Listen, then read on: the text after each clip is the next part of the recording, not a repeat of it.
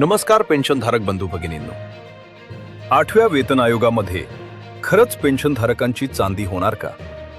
हा प्रश्न सध्या लाखो केंद्रीय सरकारी पेन्शनधारकांच्या मनात आहे. सध्या उपलब्ध माहितीनुसार 8व्या वेतन आयोगामुळे पेन्शनमध्ये चांगली वाढ होण्याची शक्यता व्यक्त केली जाते. यामागचे सर्वात महत्त्वाचे कारण म्हणजे फिटमेंट फॅक्टर.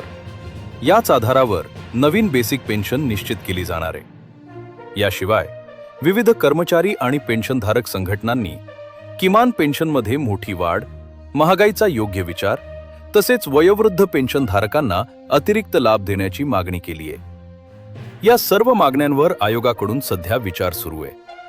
मात्र येथे एक महत्त्वाची गोष्ट लक्षात घ्या.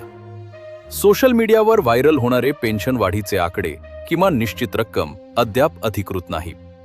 8व्या वेतन आयोगाचा अंतिम अहवाल आणि त्यानंतर केंद्र सरकारची मंजुरी मिळाल्यानंतरच नवीन पेन्शन किती वाढणार हे निश्चित होईल.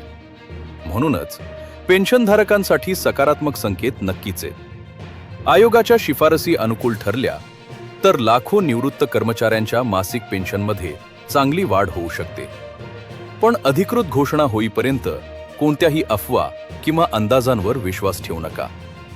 8व्या वेतन आयोग सरकारी कर्मचारी आणि पेन्शनधारकांशी संबंधित प्रत्येक अचूक आणि अधिकृत अपडेट सर्वात आधी पाहण्यासाठी आपल्या चॅनलला आत्ताच सबस्क्राईब करा.